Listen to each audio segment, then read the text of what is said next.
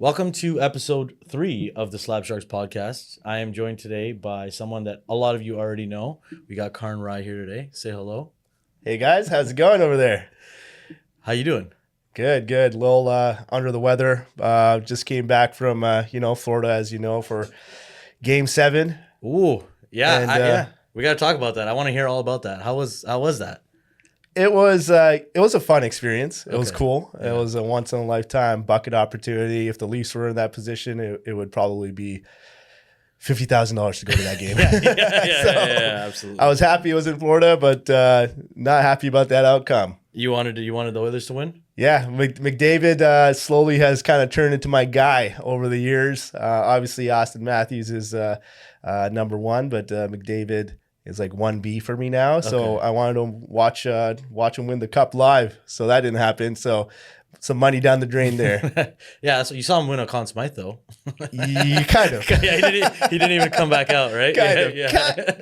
Kind of. Yeah, I was actually surprised that they did that. I almost seemed like an insult in that point. Like, you're gonna make. Have you seen that picture of Giguère? With McDavid's face imposed on it. Yeah, like that's such a. I understand that. Okay, maybe he was the most valuable player in the NHL playoffs, but at that point, like, he's not coming out for that. Like I agree with that decision 100%. 100%. Like it's an emotional game. I don't remember. I don't think the Giguère game was a Game 7. I think it was. I don't remember. I don't know. I don't even want to talk about it because I don't remember. But Yeah. I would think if it was as emotional of a moment as this Oilers game was, he wouldn't have come out either. This was a very tight 2-1 game where McDavid was clearly being contained, clearly missed some shots he could have scored on. And you're angry, you're upset, you're frustrated. You know how many Oilers fans came to watch that game. And it's kind of just like, let Florida have their moment. And as a captain, you go inside and you kind of just sulk with your teammates, right? So Yeah, I agree 100% with his decision too. And then people that are like clowning on him, like, yo, you should have come out. It's a huge honor. I get that. I get the idea that, these individual awards are recognition to some degree, but in that moment, you can't expect an athlete who apparently he's been playing seriously hurt, like almost surgery level of hurt. Yeah. And like he put everything into it. And the way that the series worked, and he came back from the 3-0, and then just working back and getting there, and then losing it at that last moment. You can't expect a guy to come out and smile beside Bettman with the trophy in his hand. Exactly. Yeah, And we always talk about how hockey is a team sport, right? And everything is about the team. You want to have a culture where the captain is, team first. And I think this move is a team first move. The Conn Smythe is an individual award, and having kind of McDavid kind of praise himself by going out there and picking up his individual award, I think goes against the very nature that we always talk about that hockey culture is about. So I'm actually kind of shocked that obviously it's a lot of McDavid haters, Oilers haters, Panthers fans. That's kind of how it works when you're the best player in the world. You get a lot of negative comments against you. But yeah, 100% agree with McDavid's decision. Yeah. I mean, it would have been different, I guess, if they won the cup. Then it's like your whole team celebrating with you. They don't care. You're the most valuable player. It's like, yeah, you are our best guy, but we won. Yeah. And then when it's the other guys, it's like, I don't care. We missed the goal. Yeah. It's crazy, man. But the experience must have been crazy. How was that stadium? It was interesting. I'll tell you that. So I'll give you the whole breakdown there. We got in the same day, probably around 2 p.m. We were hyped. We were like, okay, this tailgate's going to be amazing. Game 7, Yeah. Stanley Cup is awarded tonight. Let's go get showered up real quick, change. Let's get to the stadium. Let's call that $60 Uber for a 13-minute ride. Yeah. We did that all. We get to the stadium at 3:30, and there's zero fans there. There was nobody there? Zero Panthers fans. Oilers fans were, admittedly didn't know what was going on, so they stayed at like this other like bar area, so that makes sense. But you would think Stanley Cup Game 7, you would have a tailgate that's at least longer than 5 hours. The first Panthers fan probably showed up at the arena at like 5:30, like 2 hours before the game. Yeah. If this is in Toronto, and I know I keep relating it back to Toronto, but that's just all I know. Yeah. Is you're there noon max. You're camping overnight. You're Some people, yeah, You're camping. You're having a good time. Yeah, like Ford Square. It's still called Ford Square, but Ford Square would be packed like Maple Leaf Square. easy. Like Maple Leaf Square would be packed Jurassic like Park. packed like crazy. Yeah. Florida, nothing at all. But we went to this kind of like mall that's nearby where all the bars are, and it's like straight Oilers fans, hundreds of them everywhere. And that was a cool experience. Just kind of the excitement, and every time a Panthers jersey walked into the bar, everyone booed them. Yeah, it was like really fun having like beers in that environment, Yeah. Eating some appetizers. And the cool part was it felt like it was organized, but it wasn't. Everyone at the same time just paid their bill, got up, and we all had a Oilers parade to the stadium. And obviously, I'm not an Oilers fan. I was there for McDavid. Yeah. I wanted to see like a historical moment, and we kind of like hundreds of fans just like walked like a 10-minute like parade to the stadium, and we went to a parade of no one being at the stadium. So. Yeah. That's insane. I mean, obviously, Florida's like hockey wise they're a fantastic team. They have a good team almost every. They won the President's Trophy last year, right? And so you would think that kind of this like the fandom would start to adopt the kind of the way Vegas did. You know how Vegas is like a hockey town now, which is crazy. But Florida still, for some reason, it isn't. Anytime there's a Leafs Florida game, even regular season, more than 50% of the audience or the crowd is wearing a Leafs jersey. And you just got to wonder, like, why hasn't Florida accepted? Why hasn't South Florida accepted the Panthers like that? Yeah, and I think being there, it almost on TV, it seemed like there was a lot of Panthers fans.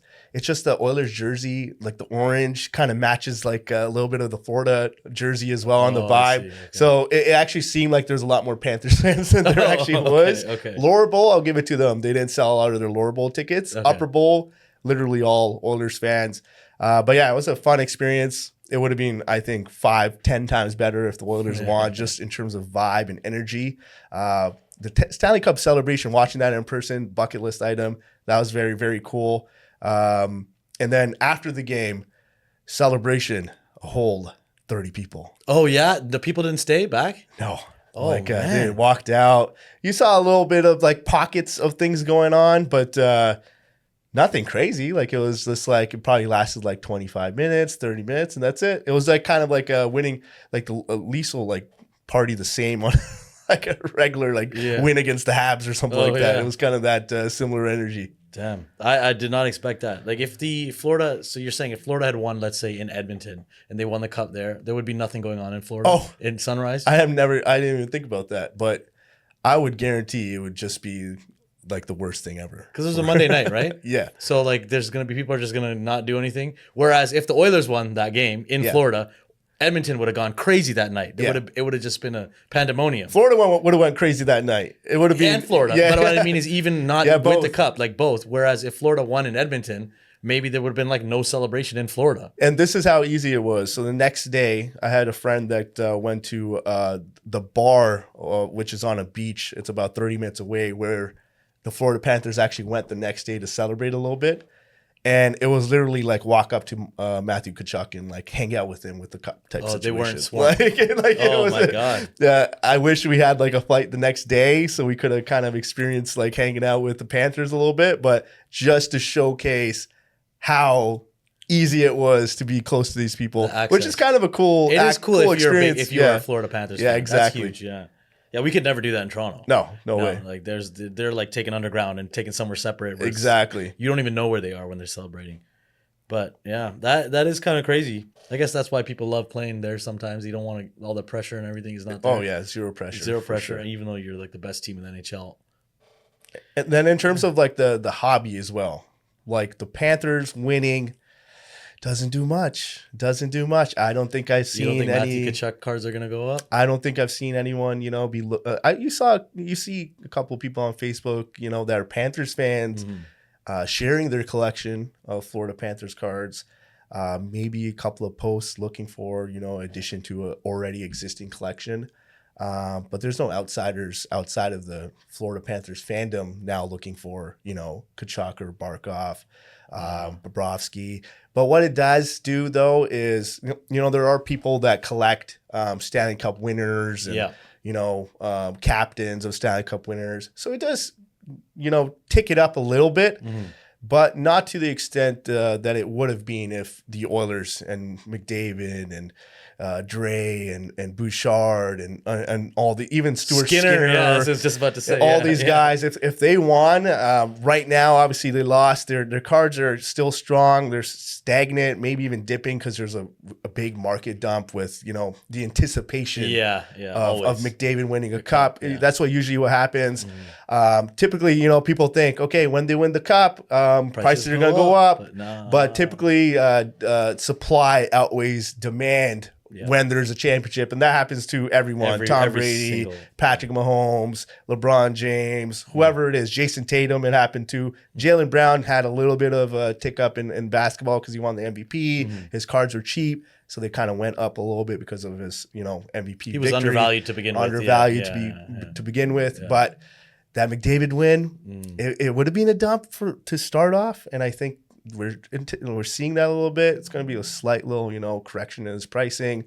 He won the Conn Smythe, so that helps him out a little bit. But if you want a Stanley Cup, kind of like what happened with Ovechkin, his cards were, going down a little bit after the Stanley Cup win. But into the next season, rebound. Then you start, people start saying, oh, can he go for a second one? Then you start looking at their career a little bit differently. Yeah. We almost went from can McDavid ever win a cup to, wow, can McDavid get another one? Another one, yeah. I was talking to Chris last week actually about how his rankings, and he had Sidney Crosby higher than McDavid in like all-time rankings. And then I said, just wait for McDavid to get his first one. Once you get that first one out of the way, then that argument of like he can't even be a champion goes out the window. And I think that would have like propelled him to for a lot of people to like leapfrog Crosby in terms of all-time greatness. Yeah, I mean, personally, I think he's a better player than Crosby, but career-wise, you can't touch what Crosby has, right? Like in terms of McDavid. So it was interesting. We were thinking about that. Like that first Stanley Cup is so important because you go from can he win it to will he win another one? Yeah, and that's a huge different conversation. And look, it's obvious that McDavid has skills like we've never seen before, right? Even look, no hate on our guy Wayne Gretzky over here, and I understand the game was different, and that's exactly it. We're in a little bit more of a skilled game right now, and Gretzky had the IQ. Gretzky had to use a 50-pound hockey stick. Yeah, exactly. Skates that are literally like knives on his boots, and that prevented skill, right? And McDavid has the technology. I get all of that, but pure skill, there's nothing that beats watching McDavid. Even though he was contained in Game 7, he still had multiple chances to score a goal or have a gorgeous assist. It just didn't happen for him. And that's why I'll always say like the most skilled player, I think McDavid over Crosby. But career-wise, Crosby can't say anything. And then hobby-wise, Ovechkin sells more than Crosby, 1 cup to 3 cups, so it doesn't matter. McDavid sells more than Ovechkin, 0 cups. What happens if I kind of compare McDavid to Trout right now? Okay, like baseball, right? Trout went, he's won, I think, 1 series or even 1 playoff game, something like that, something crazy like that. It took almost 15 years for him to decline in value because of that, just recently. So I think McDavid's got a lot of years left without even a cup before his prices start. I don't think anyone will ever like diminish McDavid's skill set or his value based on like his skill, because as you said, I don't think we've ever seen anyone as skilled as him ever. Obviously, eras and stuff are different. We can't really compare the greatest of all time in terms of those things.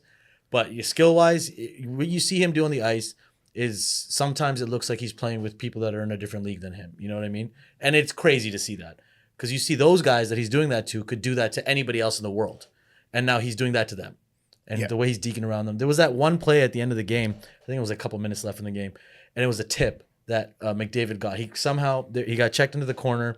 He passed the puck around the boards and he got free and he came to the center in front of the net and he had this like tip in. It was like perfect and it just went over the net and I was just thinking, oh yeah, I remember that. Yeah. Like 9 out of 10, I would say 99 out of 100 times he puts that in the top of the net. Yeah. And he didn't do it and I was just like, oh, he's just so snake bitten. The Oilers were so snake bitten in that last 5 minutes of that game. It was crazy. And it was clear they were injured too. Like it was. McDavid less so. Like he still looked like he was like flying out there, but Dre was like obviously just you could tell like he couldn't shoot the way he usually shoots. There was a couple of like one-timers, that classic like McDavid's in the center. Draisaitl's on the bottom right, like near the bottom of the circle, and he does like that one-timer. The short side just one-timer. Yeah. And he always gets those, and he was missing the net by like a mile, a wide mile. Yeah. So. No, it was clear. And they were so gassed. They played that first line so much in that last game. By the end of the game, they were definitely gassed. Yeah. You could see it. That injuries had built up and they were gassed and they just couldn't hold it. Like that was one of the most anticlimactic endings of a game in terms of a 1-goal game in the playoffs, game 7, because they just couldn't get it going. They just didn't have that, that like energy influx, that adrenaline boosted. They were just beat up. You could just see it. Yeah. Yeah. That was unfortunate. I was hoping for overtime. That would have been crazy. Oh, wow. That would have been an amazing experience. That's what we were all hoping for. That's the $1,700 ticket. That's what we spent our money for, right? Yeah. And what I was saying to Chris, who I went with, I think our ticket value after that game was probably like $500. So we took a $1,200 loss on our ticket with the Panthers winning the game. Yeah. I guess you mean in terms of like the resale value of a ticket stub, or you mean no, just the value of our experience. Oh, I see. Like if the Oilers won, it was priceless. It was $1,700 was worth it. But because the Panthers won, it was kind of like a $1,200 loss. That's kind of how I took it in my head. I see. Okay. It would be a different value if you had known that they were going to win. You'd say it's about a $500 ticket to go see the Stanley Cup and go see all the celebration, all that stuff. But McDavid winning $1,700 was easy. No brainer. Priceless at that point. Okay. Look, $1,700 is a lot of money. Yeah. And I was kind of like, it was like an impulsive, like after game 6 type of half an hour decision, like, should we go? And I'm just like, oh man, $1,700, but whatever. Our group chat was exploding. We were all texting like, yo, should we go? Should we buy? And then you actually like, I did it. I did it. And we're like, oh, Dev, okay. Yeah. And then I think Chris joined you, and then you went with a couple other guys as well. Grant. Total Sports. Shout out Total Sports. Shout out Grant. So they did a cup at the game, right? I saw that video. Yeah. So they did an Upper Deck, the cup. I think it was 2022. So the Quinton Byfield rookie year.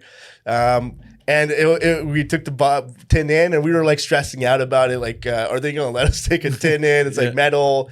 Should we hide it? Should we like let them know that we're taking it in? So luckily we got it in, and then we're like, okay, when should we rip this thing? Like, it's going to be too loud during like, the national anthems. Mm-hmm. You don't want to do it during the game or during the action. So should we do it during intermission? Is that boring? Like, we were like psyching ourselves out of what to open. You didn't know what to do. Yeah. But we picked our moment, and Chris and Grant got up there, and probably the first cup tin ever opened at a Game 7 Stanley Cup Finals, I think. And that's true. I didn't even think about that. Probably the first one ever. Yeah. Yeah, and I think if the Oilers won, it would have been a lot cooler. Chris was wearing an Oilers jersey in the video. They cracked the 10. Check it out on Total Sports' Instagram. But they hit. It wasn't the greatest box, but it wasn't bad. There was a Quinton Byfield rookie scripted swatches, Cale Makar light lamp Rosado. Yeah, I saw that. Not a bad box at all. They were disappointed in it, but I was like, hey, I did see that. Yeah. I could see it on their face, but they're just Holy Grail searching, right? They're going for the Holy Grail, right? Yeah, I saw that, but I was like, that's a good box. Like, it's not the other. I saw some of the other openings, and they've gotten waxed in the past with a couple of the cup boxes. Yeah. And this is probably the best one that I've seen that they've opened. Yeah, no, I thought it was at the game. It was. I thought it was pretty cool, man. Yeah. It was a cool experience, even being behind the camera, watching them do that. So that was really fun. Bringing the hobby even to the Game 7. That's crazy. That's what you got to do. Yeah, spread the love.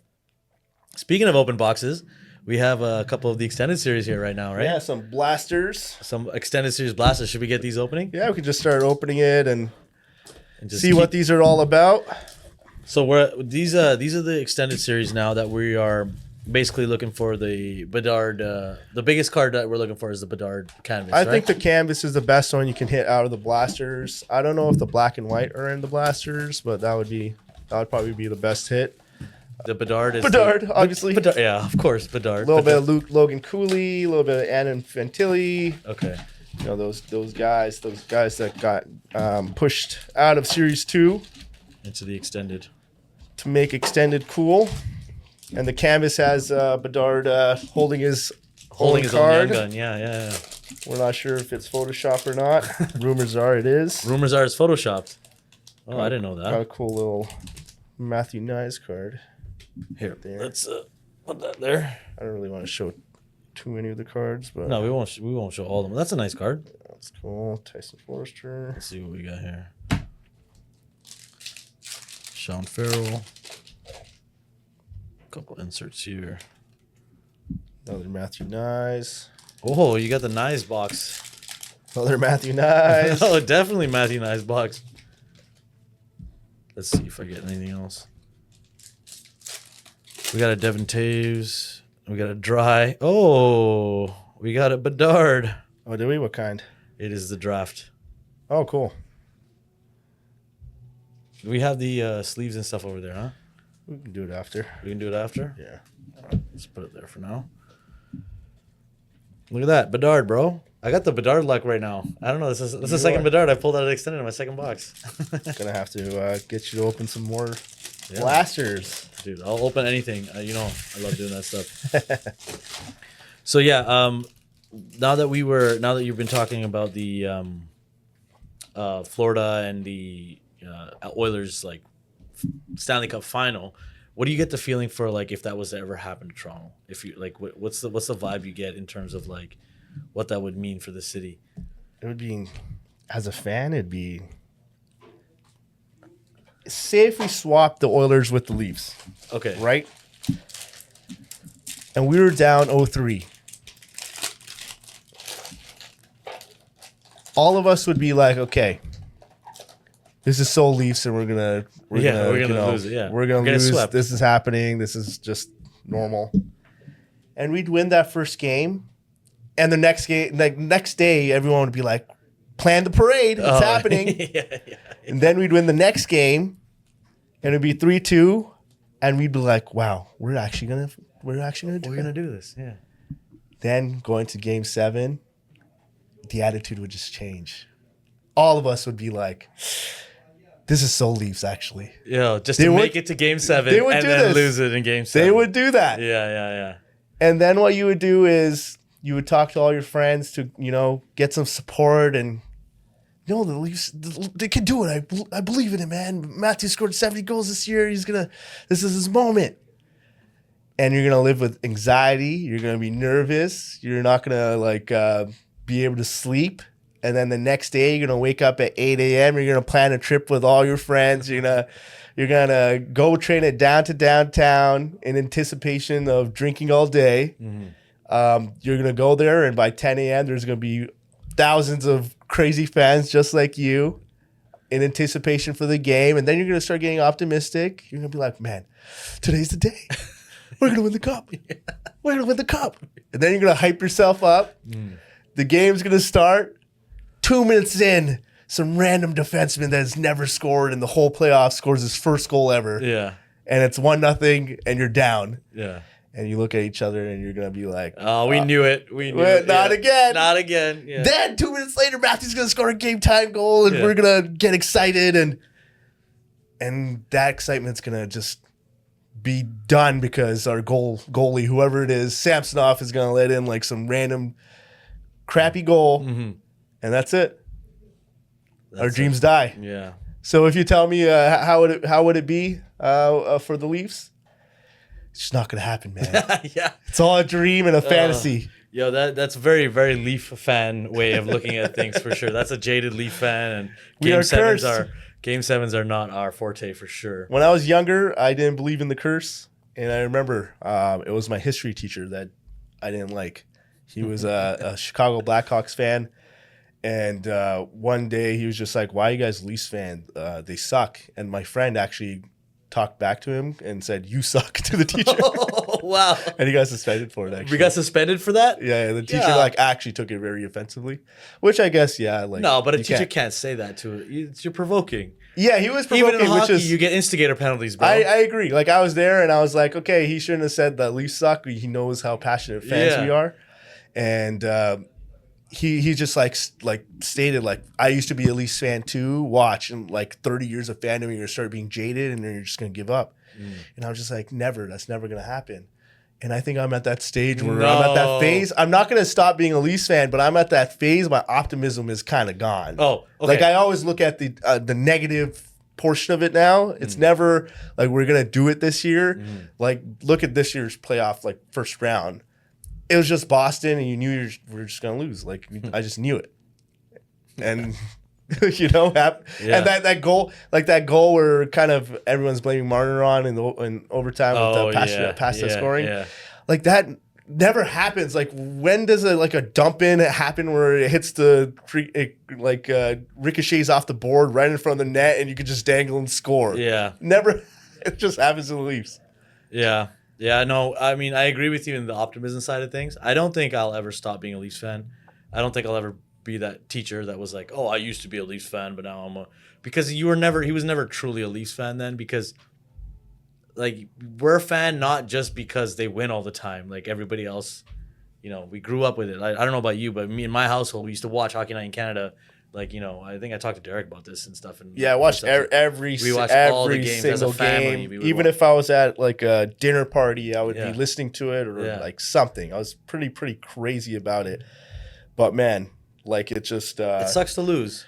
But, it sucks to lose. But I don't think that means I'm going to switch to start cheering. I can't cheer for another team. I never thought I would want the Oilers to win the cup, for example. I've always been one of those guys like if I want a Canadian team to win, I want the Leafs to win. Yeah, that's what I said last time too. Yeah. Because I don't want the other Canadian teams to have like a one-up on the Leafs, right? Exactly, yeah. However, like all of a sudden, it's like, okay, I'm going to Game 7 to watch Edmonton win the cup. And I'm just like, I just want McDavid. McDavid's good for the hobby. It's for the industry. But that's a different career. conversation. But like the fact that it's even even my mindset's changing to the fact that there could be another team that wins and I'd be excited about, just tells me there's something changing inside my mind. I'm getting older, and now I'm like 20. Like I'm 31 years old, and I'm 25 years into my fandom. Yeah.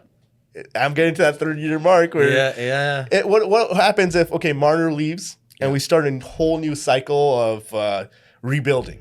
You're saying that you're not going to start being like, oh man.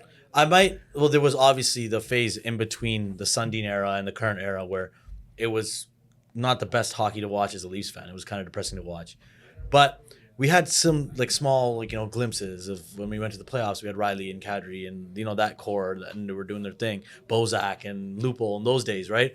And there was still a little bit of part of me that was like wanted them to win when we went to the playoffs. That's obviously the infamous Game 7 with the Bruins where we got, which we do not talk about. That's the Voldemort of the Leafs fandom.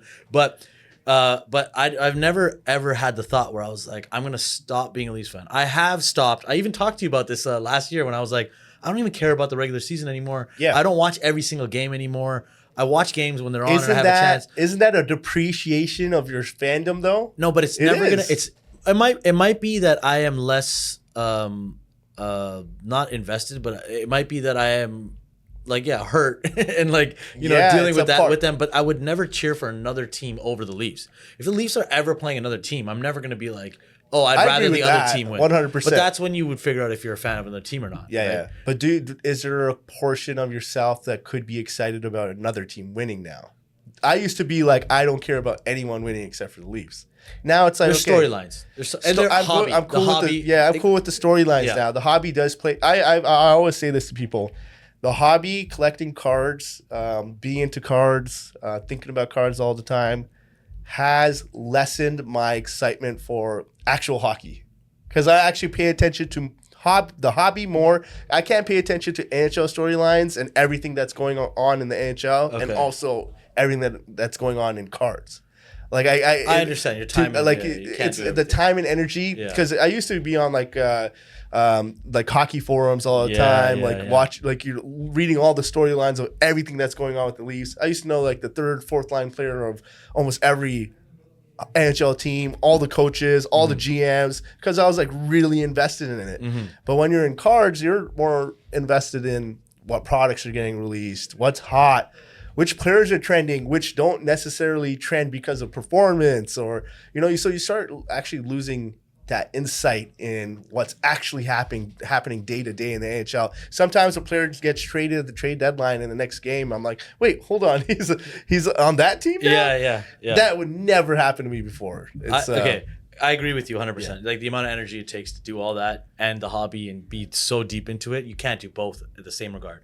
But in terms of diminishing your love for hockey, I don't know necessarily if I agree with that. Because I didn't now say diminishing love for hockey, just diminishing like the interest of it all. You know? Okay, sorry, the interest in it, but the way that you've now started to be interested in players that you otherwise might not have been, like for example, Michael Misa or whatever, you're like interested in that because of the potential value and all that stuff and the card collecting side of things that maybe before you weren't. So it's like it's not that you have decreased it, it's you've expanded the scope of it to not just the Leafs, and now it's towards another aspect of hockey, for example, which would be prospecting prospect was stuff. never a thing. Like Yeah. I would not really care about Gavin McKenna or Exactly. Yeah. Macklin Celebrini coming in, or that kind of thing. So that's what I mean. That's more like hobby directional, and that's what takes more of your time.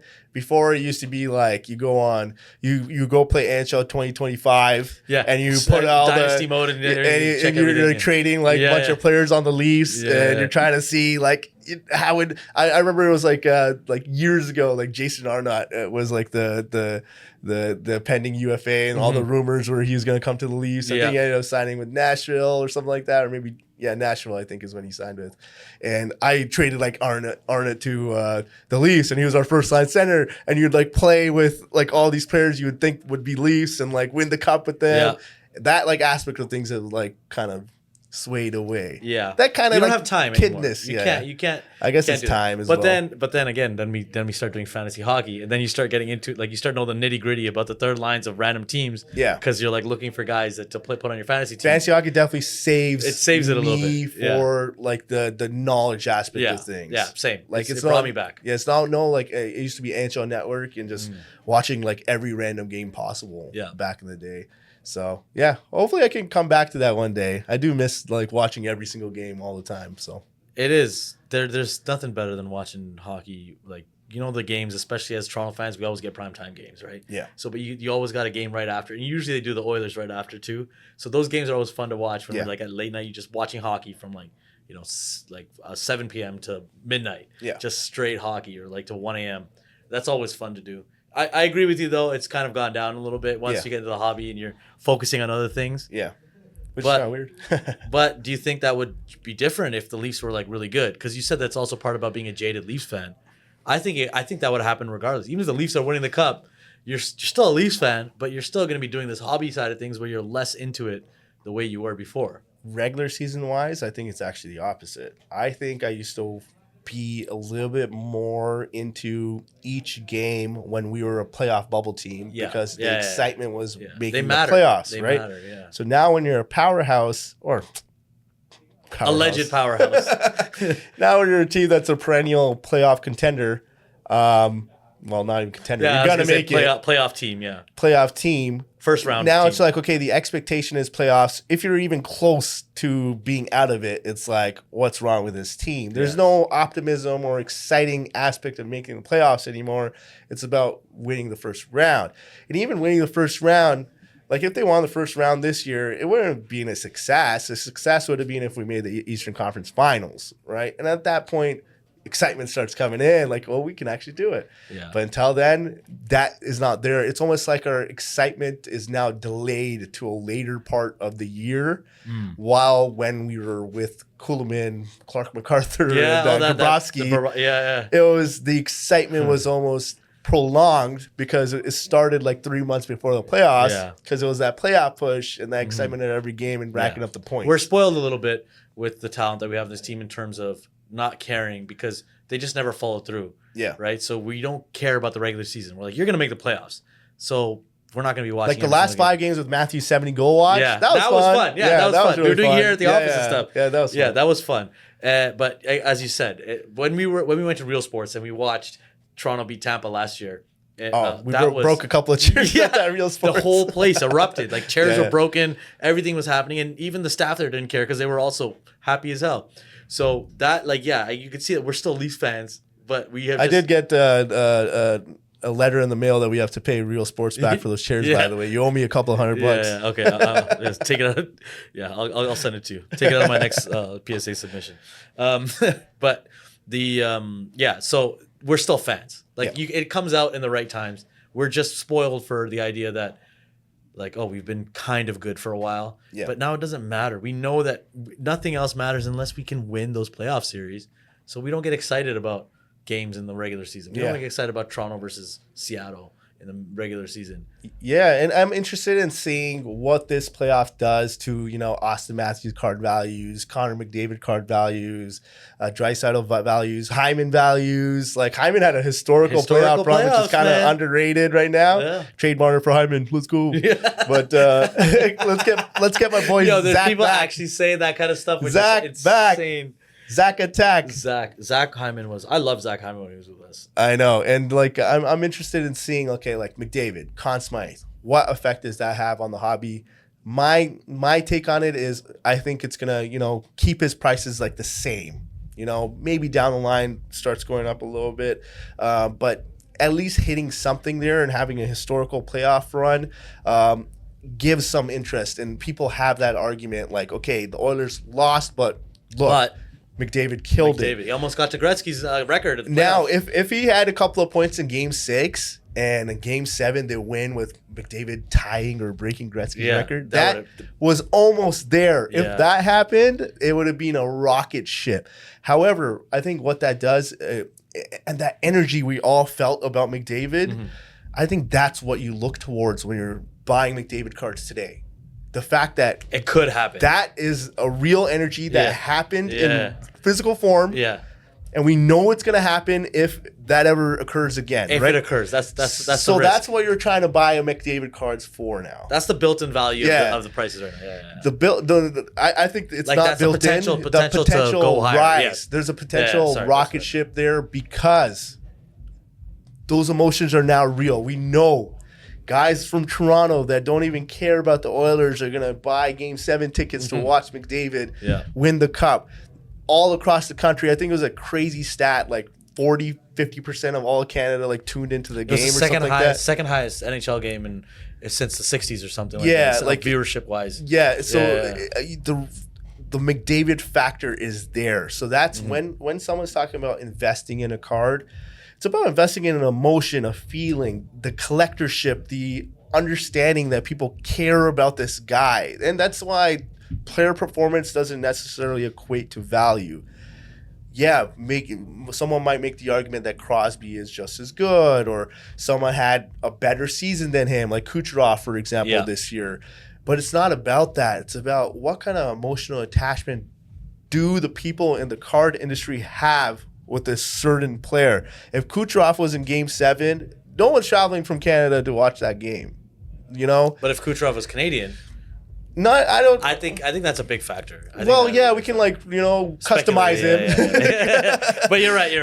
We can make it based on Connor McDavid. If his name was Connor Kucherov, we could customize Kucherov, but he doesn't have that. McDavid does. Yeah. Matthews does. There's few other. Connor Bedard does. Transcendent. Whether people want to admit that or not, that's something else. But Connor Bedard does have an energy and vibe to him that is built in through a narrative and a story that prolongs even, entering into the card world. It's how was he brought up? Like, was he on magazines prior to the NHL? What was the vibe and energy like when his first flagship product came out? All those things matter. Yeah. Now, the next one might be Gavin McKenna. It might be Michael Misa. Celebrini doesn't have that energy, in my opinion. You don't think so? No, he doesn't. So for me, he's a Lafreniere. Lafreniere had the energy. He had the energy. And I know Lafreniere is playing a lot better now, and that's going to be great for his card values. You're starting to see them go up. But a lot of times with sports cards, especially, if you don't get it done hot out of the gate right in your first year, Yakupov, you lose that true organic collector fan base that's from the beginning, because a lot of the big cards come out from the beginning, right? Yeah. You want those guys that go in big and hard at the start to continue collecting him. You want his cards to be ghosts. That's why, like, Connor McDavid cards, there's so many that were bought in 2015 that have not come out. I know collectors that have some serious cards that no one has ever seen or have seen only little. Like, for example, the Golden Treasures OPG Platinum 1/1 auto was pulled in 2015. Everyone's seen this one picture of it, like grainy picture of it, but no one's ever seen it since. Like, that stuff only happens if the player really kills it, and that organic collectorship just continues year by year. Bedard, I think he had a season where that situation is there. He played well enough. He didn't play, I think, exceptionally well, but he played great. You know, like, he was almost. It was pretty exceptional for the circumstances. I mean, he played on a terrible team. Being injured, in my opinion, had an effect on it. Like, I know McDavid was also injured, but McDavid's a little different. His skill set was just different, like speed. He looked a lot more generational, while Bedard is a little slow. He relies a little bit more on his shot, like Matthews does. His IQ, which is kind of harder to kind of identify. So those things are a little different. But if Bedard comes out with a 100-point season next year, I think it starts becoming real again. Yeah, you know, like that people are going to 100 point in your second season would be crazy. I was talking. I don't remember. I think I was talking to Chris. I was just saying how there's going to be like some video that comes out at the end of the offseason where Bedard's just like working out or something. Yeah, and he's going to look jacked. Yeah, and then the prices are going to just explode. Or I think I was talking to like Derek. Zion Williamson. Like Zion, yeah. I think Derek. It was Derek. I was talking to you about it. Yeah, I think he actually used a Zion comparison as well. Like, you see him make one free throw and he's getting fit again. Everybody goes crazy. I think that's going to happen with Bedard. If Bedard grows, for Bedard, it's if he grows 2 inches. Exactly. If he grows, like, he just looks tall. He looks jacked. He looks bigger. You know, because he's pretty yoked already, man. His like calves and you're all right. That. There's that photo of him where he looks yoked as hell. Yeah. But I just mean there's just going to be something that comes out like that, and everybody's going to be like, look at him. He's locked in. Yeah. He's going to get that 100-point season now.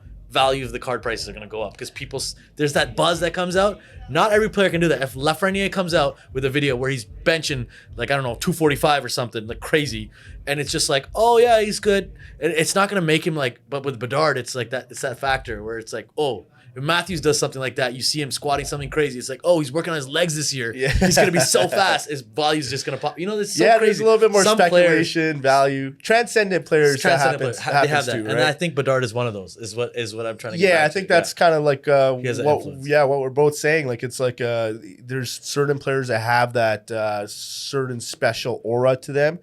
But with Bedard, there's a leash, right? And that's what I'm trying to say about Lafreniere. He had a leash, and it kind of got shorter and shorter, but now he's performing, right? McKinnon is another example. Oh, yeah. McKinnon. Right? McKinnon took 5 to 6 years to become that guy. Imagine if he was that guy right off the bat. I think his card values would be completely different right now. His cards were going for a pretty penny at the start, but since he took so long, that didn't create an organic collectorship or fandom around his cards. His big cards didn't get held. People started believing that he wasn't the guy anymore. So you saw his cards leave collections, spread out thin. So there was no whales kind of like protecting his values. Yeah.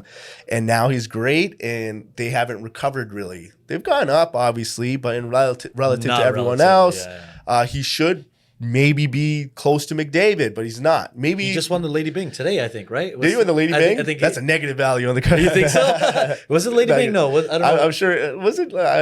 Is he a guy like that? Doesn't get penalties? I'm pretty sure. My mistake. Yeah, I'm pretty sure he's pretty fiery. My mistake. He won the Hart Trophy today. Yeah, he won. He won the Hart over Kuch and all that. Eh? Oh yeah, he won. Well, the Hart is a little different over the Lady. I don't know why. I was just so many things came out today. Yeah, Hellbuck won the Vezina. Quinn Hughes won the Norris.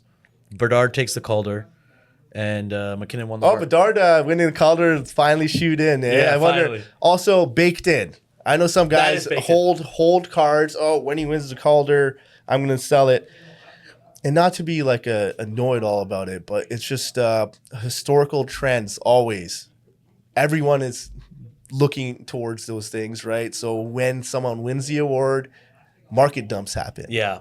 Because as we said with like winning, the same thing. Same thing. Yeah. It's all about the anticipation for something. It's not about when things happen. Now, accolades down the line can create value because now debates start occurring. So, okay, say Bedard wins 3 cups, wins a gold medal with Canada. He scores a golden goal to win the Stanley Cup in like 15 years.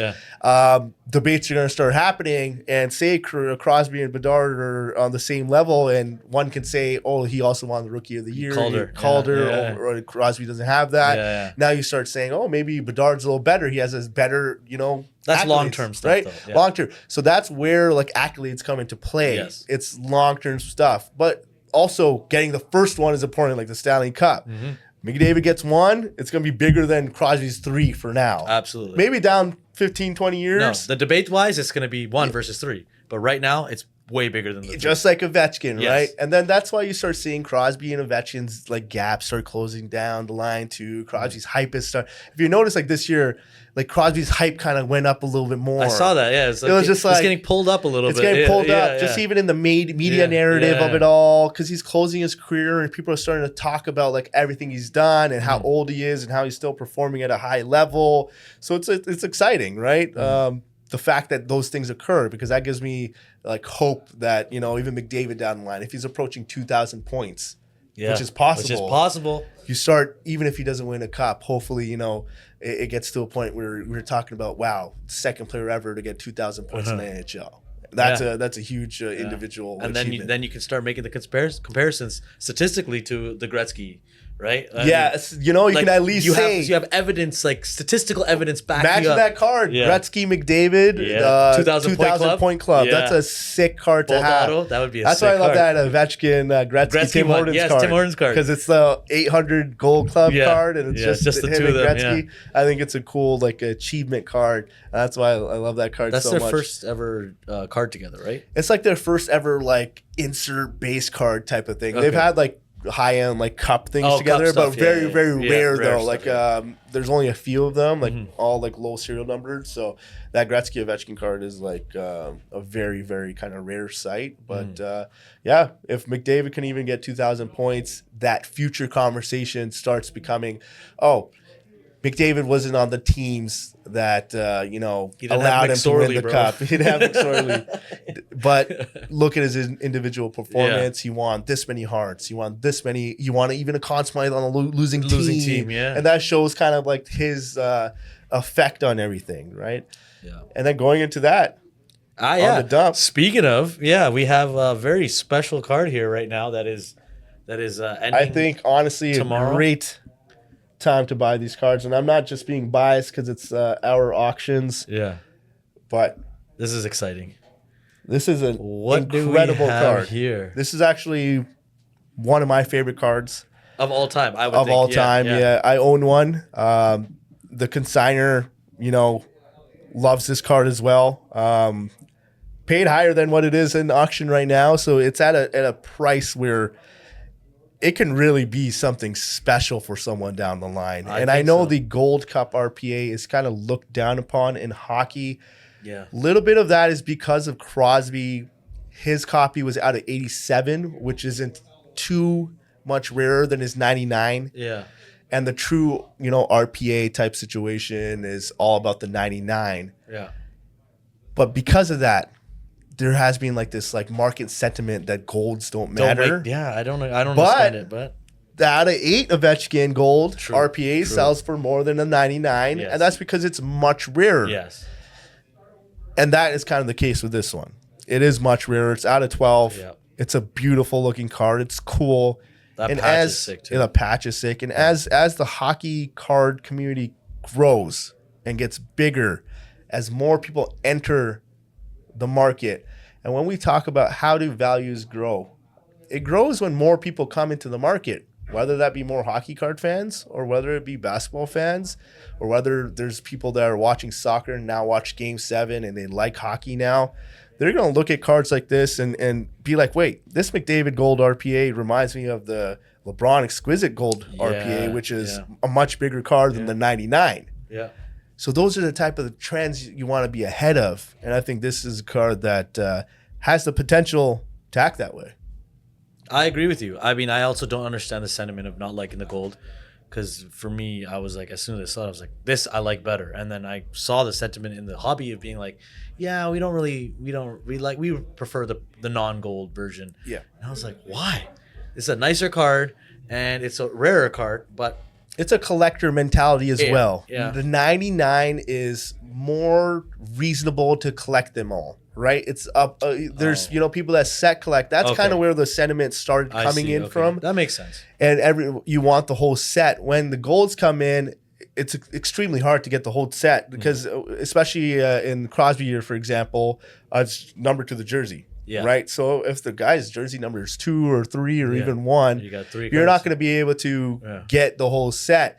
So what that does is kind of pushes away that organic, like, set collecting kind of sentiment that was always created around hockey cards in specific. But I think that moves away as time goes on, as people get more broadened with the way they collect.